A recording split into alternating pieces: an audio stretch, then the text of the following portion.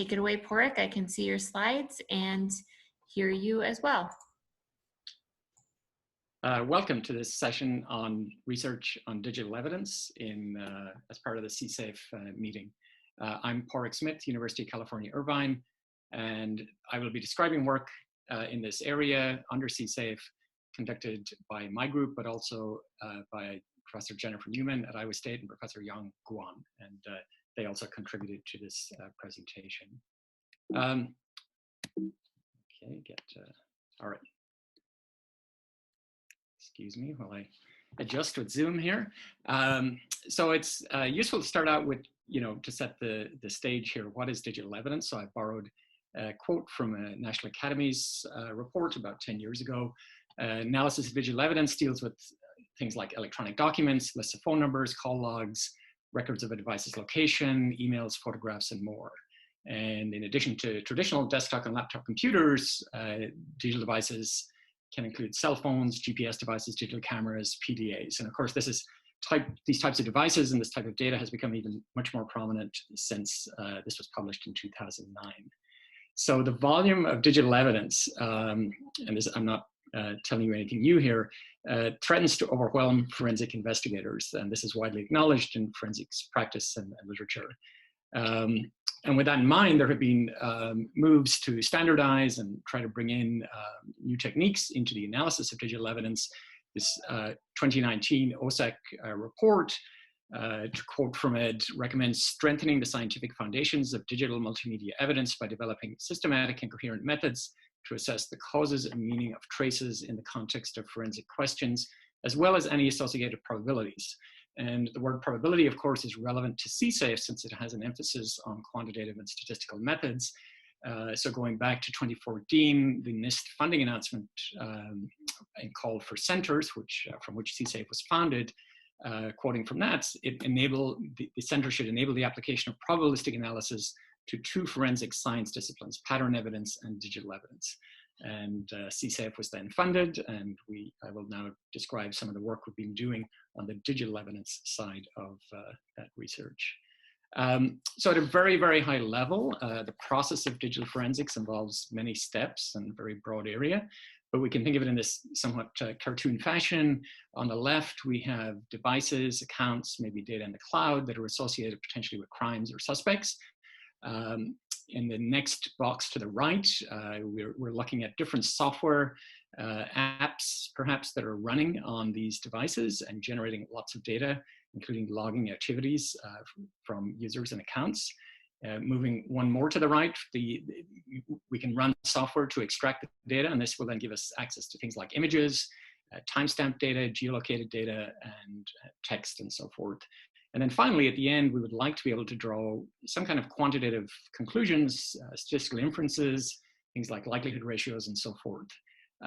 So the work in CSAFE has engaged in the whole span of activities. So I will describe the mobile app project at Iowa State that's focused on extraction. I'll describe a project about steganography, which is focused on image data once extracted. And I will describe some of our own work here at UC Irvine on the statistical modeling side of drawing inferences for some of this type of data.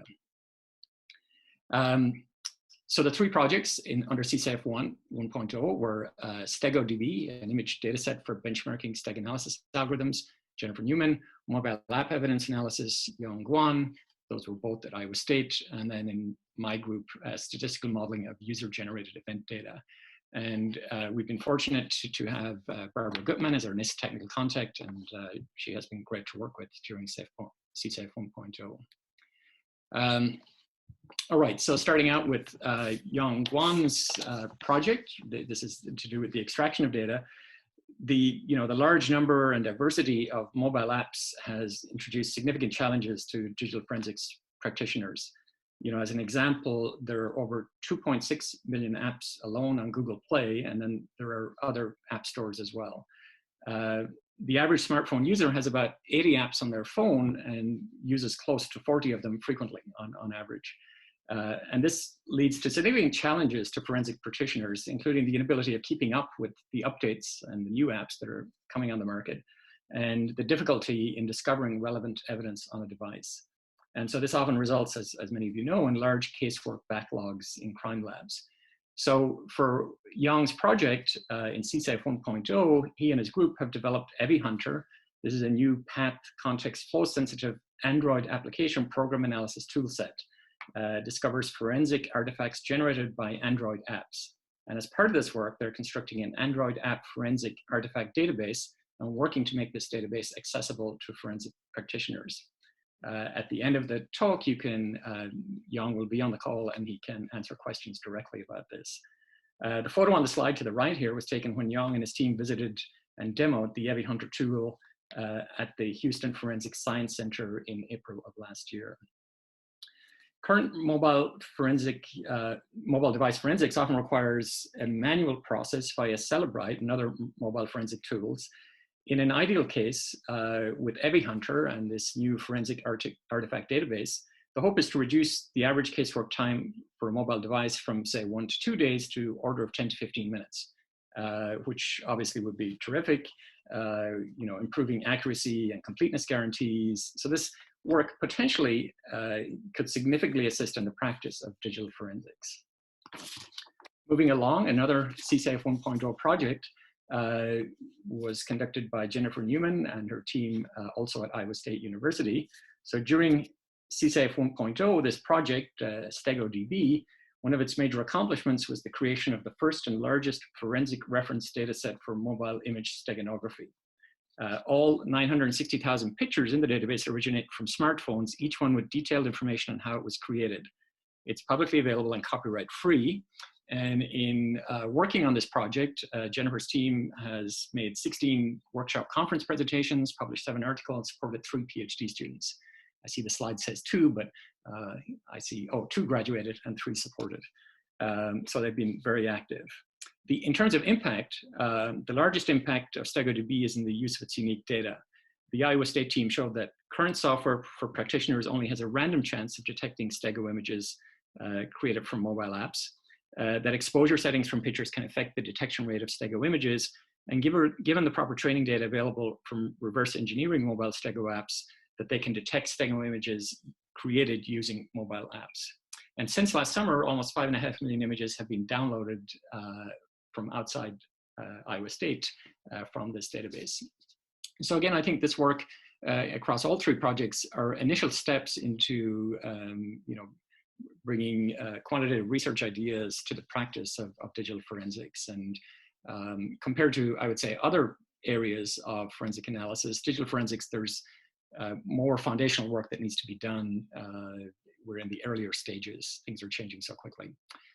Moving along to my own project under CSAFE 0.1, this was work where Hal Stern, whom you've heard before earlier today, and Chris Galbraith, a PhD student who will be graduating in a few weeks, were closely involved in this project. So the major accomplishments here, we developed new statistical methodologies for answering same source forensic questions from both temporal and spatial user-generated event data, for example, from mobile phones.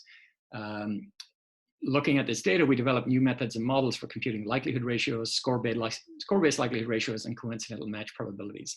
So typically, this type of data has not been subject to this type of analysis in the past. So this kind of work is first steps in this direction. In addition, we conducted systematic evaluation and comparison of different methods on multiple real-world temporal and geolocated event data sets from mobile phones and laptops. So for example, we did ROC, receiver operating characteristic, true positive rate, false positive rate characterization of same source, different source pairs using data from over 1 million mobile device events. And below, I've listed some of the papers that have come out of this work and presentations. And we also have software both in R and in Python.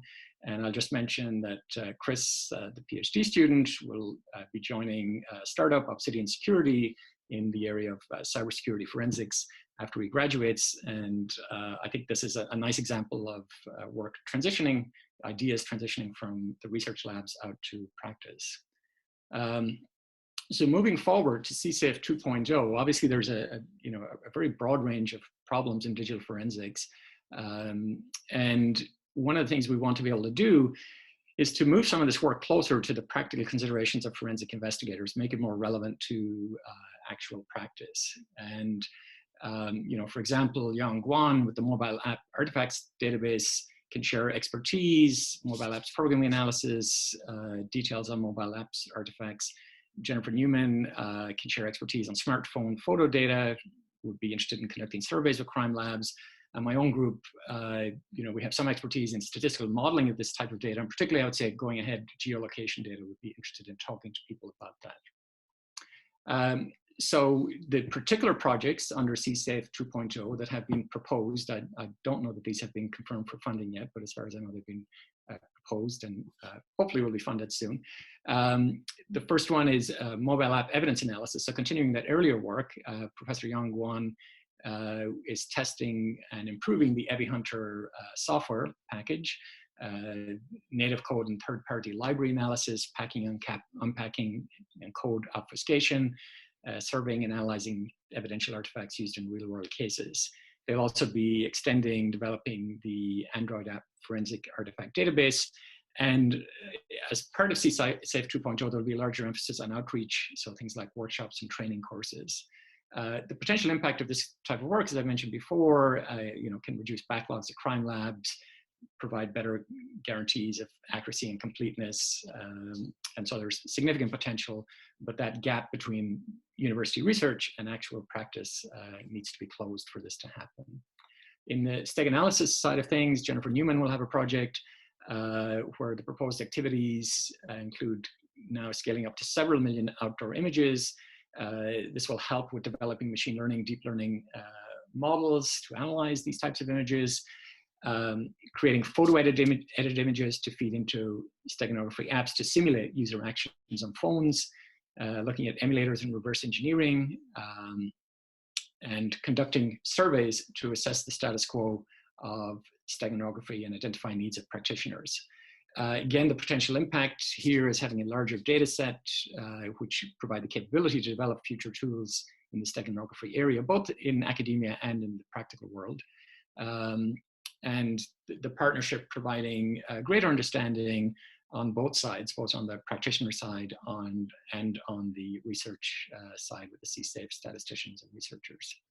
In my own research group under CSAFE 2.0, we hope to further develop the foundations of quantitative and statistical methods for forensic analysis of event data from mobile devices. So this is GPS geolocation data, temporal event data, timestamp data, metadata associated with these events. We will develop new algorithms and software tools for efficient and scalable computation of quantities such as likelihood ratios for such data. We'll evaluate and calibrate these algorithms on large real-world data sets. And to the extent possible, privacy can sometimes be an issue here, make available this type of data as public domain testbed data sets, and also make available open access software as we have been doing in CSAFE 1.0. Again, the broad impact here is to provide investigators to start to provide some statistical methodologies for answering forensic questions related to this type of data. Unlike, say, DNA or fingerprints or other areas in forensics, there's been relatively little work on statistical methodologies here, and so these are initial steps in moving in that direction. And then, of course, again, in line with the general theme of CSAFE 2.0, we really want to enable technology transfer to practitioners through our software, dataset archives, and we hope to do tutorials and webinars as well. As an example, a concrete example, and perhaps I should have put this earlier in the slides, the type of questions that we're starting to look at, and we'll be looking at in CSAFE 2.0 is, let's say we have geolocation data from a crime scene, we call that A, geolocation data from a suspect, call that B. A question of interest might be, how likely is it that A and B are from the same source, were generated by the same individual or the same account? So just a cartoon picture here, we have A and B generating the data. There's a picture of downtown Manhattan. We see red dots from one device, black dots from another device. There's a background density map of where we expect to see population density of events in general. And the type of work we've been doing or starting to do is to put these in, measure distances between sets of points, that would be the x-axis, and look at densities of same source and different source, and be able to do calculations such as likelihood ratio calculations. If you would like to see more on this, Chris Galbraith will be presenting initial results along these lines at the DFRWS US conference, which will be upcoming virtually this summer. So to wrap up, with CSAFE 2.0, as with the other research areas, we're looking for opportunities for collaboration with the digital forensics practitioners. So on the left here, I have a bubble indicating the CSAFE researchers. And then to the right, it's supposed to be a much, much bigger bubble of digital forensics practitioners, people working in digital forensics labs on the front line, people building software tools, and other practitioners. And what this slide is trying to communicate is that we are sending information out, in a sense, in terms of databases, software prototypes, publications, tutorial webinars. But you know, today we would like to appeal to those of you who are interested to collaborate in the other direction. Tell us about use cases, potentially data sets that we could collaborate on, provide domain expertise, perhaps evaluate our tools in the context of your labs and work. So I think you will be getting these slides afterwards, and I've put here the contact information for all three of us in this area. Please reach out and contact us after today if you're interested. We would be happy to talk to you. That finishes my presentation, and so we'll open it up for questions and discussion. Thank you, Porrick. Audience members, feel free to use the Q&A function at the bottom of your screen to interact with Porrick, Jennifer, or Yang. They are all here and can answer questions or discussion items you'd like to do at this time. You can also use the raise your hand feature, and we will allow you to unmute yourself and speak with one of the CSAFE research team members.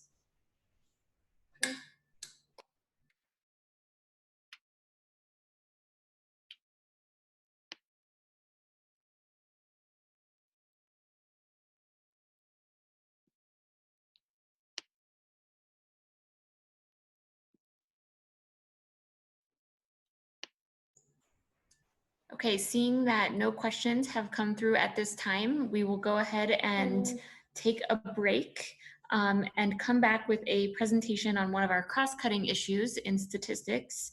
Dr. Danica Oman will present that topic at 2:30 p.m. Central. So we'll take about a 40-minute break. Is that correct? Yes, we'll come back at 2:30 p.m. Central. Harley will put up a slide with the time, and we look forward to seeing you for this afternoon sessions. Feel free to stay logged into Zoom, and we will see you soon.